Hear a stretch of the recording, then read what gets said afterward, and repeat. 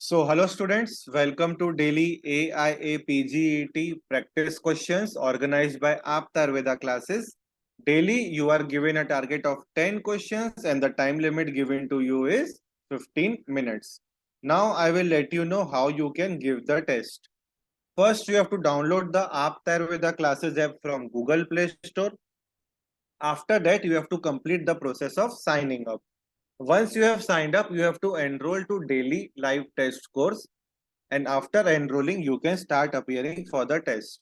Once you are done with solving all the questions, you can check the right answers with us on our YouTube channel, that is Aptar Veda classes. So now let us begin with today's set of 10 questions.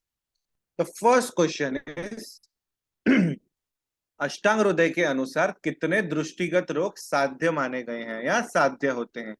चालक्य तंत्र का ये question है. Option A 6, B 27, C 12 and D is 16. तो ध्यान रखिए, अष्टांग हृदय ने, अभी तक हम यूजुअली सुश्रुत का ही देख रहे थे पूरा चालक्य तंत्र के अंडर में, अब हम थोड़ा अगर आचार्य के अनुसार भी देखेंगे. तो अष्टांग हृदय ने 12 प्रकार के दृष्टिगत रोग जो हैं वो साध्य माने हैं. ठीक है, ये ध्यान में रखिए, नोट कर लीजिए. अष्टांग हृदय ने पूरा जो चालक्य तंत्र है वो उत्तर स्थान में बताया है. ठीक है, तो हम वहां से भी एक बार वहां के भी क्वेश्चन सॉल्व करते जाएंगे ताकि हमको दोनों आचार्य सुश्रुत एंड अष्टांग हृदय उनकी प्रैक्टिस हो जाए. तो C answer is correct. Reference is Ashtanga Hridaya उत्तर स्थान 12th अध्याय 33rd श्लोक.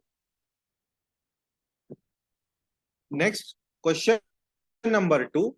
सुश्रुत अनुसार कौन सा धूमपान नासा मार्ग से करना चाहिए? पंचकर्म का ये क्वेश्चन है. ऑप्शन ए प्रायोगिक विरेचनिक, ऑप्शन बी प्रायोगिक स्नेहिक, ऑप्शन सी स्नेहिक कासग्न, ऑप्शन डी कासग्न एंड वामक. तो ध्यान रखिए, सुश्रुत ने दो ऐसे धूमपान बताए हैं जो नासा मार्ग से किए जाते हैं. धूमपान के 5 प्रकार बताए हैं सुश्रुत ने, उसमें से 2 ऐसे बताए हैं जो नासा मार्ग से करते हैं. Right answer here is option A प्रायोगिक एंड वैरेचनिक.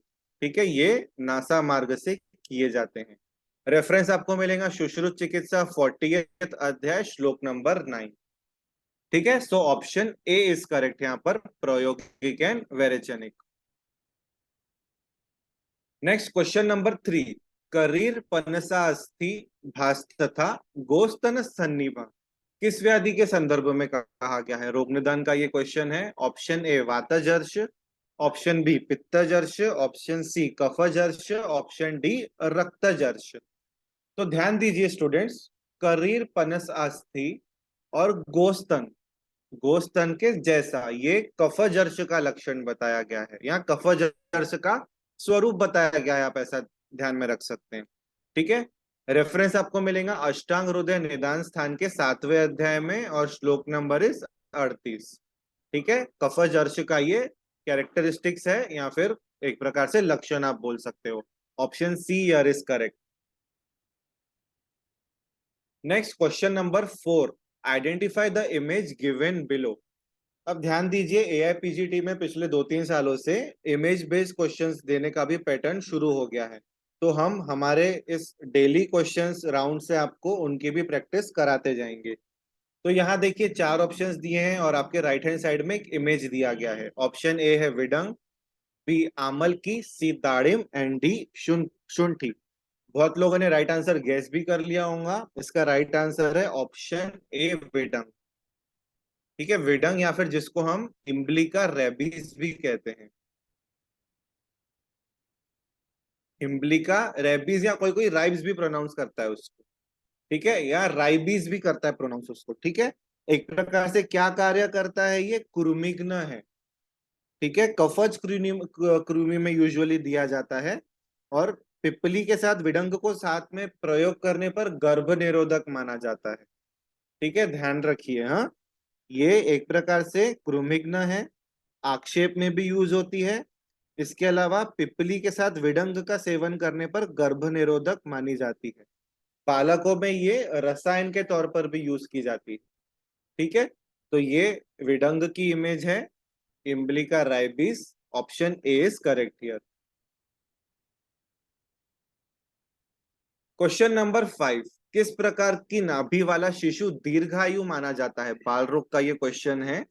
अब मेरे को लगता है बहुत लोग ऐसे होंगे जिन्होंने ये बाल रोग पढ़ा तो होगा पूरा, लेकिन ये टॉपिक कभी नहीं पढ़ा होगा कि शिशु के दीर्घायु के लक्षण कहाँ दिए गए हैं। बहुत लोग को ये भी नहीं पता होगा। तो हम हमारे एमसीक्यू राउंड से आपको एक बार उसकी भी प्रैक्टिस करवा लेंगे और आपको एक बार वो टॉपिक भी पढ़वा लेंगे। तो ऑप्शन ए क्या है? दक्षिणावर्त और अवनत। बी इज दक्षिणावर्त एंड उत्संग। सी इज वामावर्त और अवनत एंड डी इज वामावर्त एंड उत्संग। तो ध्यान दीजिए, चरक के 8वें अध्याय में ये शिशु के दीर्घायु के लक्षण दिए गए हैं। ठीक है, तो वहां जिस शिशु की नाभि दक्षिणावर्त है और उत्संग है, उत्संग मतलब थोड़ी एलिवेटेड फ्रॉम द सरफेस, उसे दीर्घायु मतलब उसकी लाइफ स्पैन बहुत ज्यादा है ऐसा माना जाता है। ठीक है, तो यहाँ ऑप्शन इज सेकेंड ऑप्शन, दक्षिणावर्त एंड उत्संग। रेफरेंस इस चरक शारीर 8वां अध्याय श्लोक नंबर 51। क्वेश्चन नंबर 6, वैक्रांत के भेद हैं रसशास्त्र का क्वेश्चन है ये। Option A 4, option B 6, option C 5 and last option is 8। Rasaratna Samuchchaya second अध्याय 61 है इसका रेफरेंस। अब ध्यान दीजिए, वैक्रांत के 8 भेद बताए गए हैं, वेरी वेरी इंपॉर्टेंट। और ये भेद किसके आधार पर है? वर्ण के आधार पर है, वर्ण के आधार पर। कौन कौन से है वो भेद? चलो ये एक बार देखते हैं। सबसे पहला जो भेद है वैक्रांत का, दैट इज श्वेत। सेकंड इज रक्त। थर्ड इज पीत। फोर्थ नील। फिफ्थ क्या है? पारावत प्रभ। पारावत प्रभ मतलब कबूतर के रंग जैसा। इसके अलावा Shyam. Seventh is Krishna and last is मिश्रित रंगों वाला। ठीक है, मिश्राभ ऐसे ध्यान में रखो। इस तरह से भारत के 8 भेद बताए गए हैं रस शास्त्र में। रेफरेंस इंपॉर्टेंट है रसरत्न समुच्चय के अनुसार। ठीक है, और ये वर्ण के आधार पर है, ये भी ध्यान में रखिए। क्वेश्चन नंबर 7, सप्तपंचमूल का वर्णन किस संहिता में मिलता है? Very important question. Option A Ashtanga Sangraha, B Charaka Samhita, C Sushruta Samhita and D is Harita Samhita. तो ध्यान दीजिए, सप्त पंचमूल बताया गया है अष्टांग संग्रह। Important, very very important question, जिसमें जीवनीय पंचमूल और मध्यम पंचमूल ऐसे 2 पंचमूल ऐड किए गए हैं सुश्रुत के कंपैरिजन में। ठीक है, तो हम एक बार अष्टांग हृदय से भी वहां पे जाके आप जरूर नोट कर लीजिएगा वो, और उसके द्रव्य याद करने भी जरूरी है। Option A is correct here, अष्टांग संग्रह। नेक्स्ट क्वेश्चन नंबर 8, अष्टांग संग्रह अनुसार उरह प्रदेश में शत होने पर कौन सा योग निर्दिष्ट है? भैषज्य कल्पना का ये क्वेश्चन है। ऑप्शन ए लाक्षा प्लस शौद्र, बी लाक्षा प्लस यूष, सी लाक्षा प्लस मध्य एंड डी इज लाक्षा प्लस घृत। अब ध्यान में रखो, कहीं जहां पे भी शत होगा, उरह प्रदेश का ये एग्जांपल ले लो, तो एक प्रकार से अपने को जो शत का एक प्रकार से ये हीलिंग जो करता है, उसमें लाक्षा बहुत कारगर सिद्ध होता है। अब ऑप्शन में तो चारों ही ऑप्शन में लाक्षा है, लाक्षा के साथ शौद्र दिया जाता है। ठीक है, मधु भी एक प्रकार से संधान कारक होता है, हमने पढ़ा है द्रव्य गुण में। मधु, शौद्र मीन्स मधु, हनी जिसको कहते हैं ना, तो वो भी एक प्रकार से संधान कारक होता है। तो यहाँ ध्यान में रखो कि ए इज करेक्ट। रेफरेंस इस अष्टांग संग्रह चिकित्सा 5वां अध्याय 2रा श्लोक।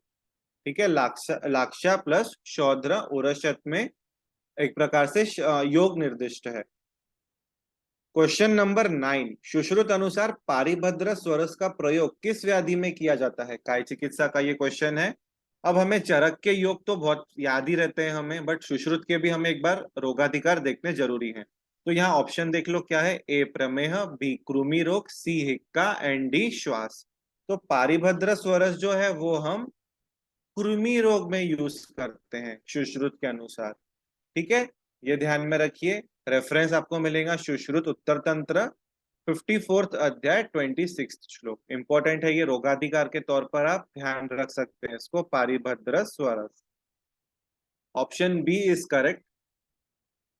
And our last question of the day is, नीचे 2 कथन दिए हैं। अब देखिए, हमने ये स्टेटमेंट वाइज क्वेश्चन लिया है यहाँ पर, जो अभी एआईपीजीटी में रेगुलर बेसिस पे पूछा जाता है।